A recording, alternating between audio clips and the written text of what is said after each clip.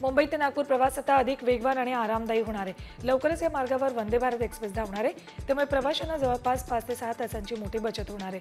ही semi high speed train महाराष्ट्रातील 2 महत्त्वाच्या शहरांमध्ये कनेक्टिव्हिटी मजबूत करणार आहे। त्यामुळे मुंबई ते नागपूर प्रवास काही तासात पूर्ण होणार आहे।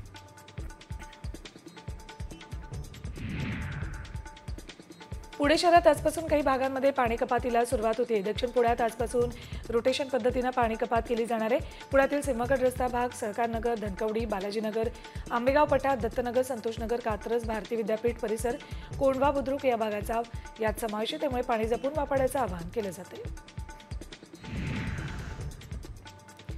पुणे रेल्वे स्थानकाच्या परिसरात वाहतूक कोंडी सोडवण्यासाठी प्रशासनाने मोठा निर्णय घेतलाय। स्थानकाच्या आवारात आता नो पार्किंग जारी केले। प्रवाशांची ने-आण करणाऱ्या वाहनांना आणि रिक्षांना मुभा असेल। शिक्षकांसाठी अत्यंत महत्त्वाची बातमी। शिक्षकांवर सध्या अध्यापनाशिवाय अन्य कामांचा भार अधिक आहे, त्यामुळे गुणवत्तेवर परिणाम होऊन शाळांमधील पटसंख्या झपाट्याने कमी होते। त्याच पार्श्वभूमीवर आता शिक्षकांना वीकेंडला कामं करावी लागणार आहेत। शनिवारी शाळा सुटल्यावर आणि रविवारी शिक्षकांना अशैक्षणिक कामं दिली जाणार आहेत। 15 जूनपूर्वी यासंबंधीचा शासन निर्णय काढला जाईल। 10वीच्या निकालाची प्रतीक्षा आता संपली। 10वीचा निकाल 5 ते 10 जून दरम्यान लागणार आहे। लवकरच याबाबतची तारीख जाहीर केली जाणार आहे।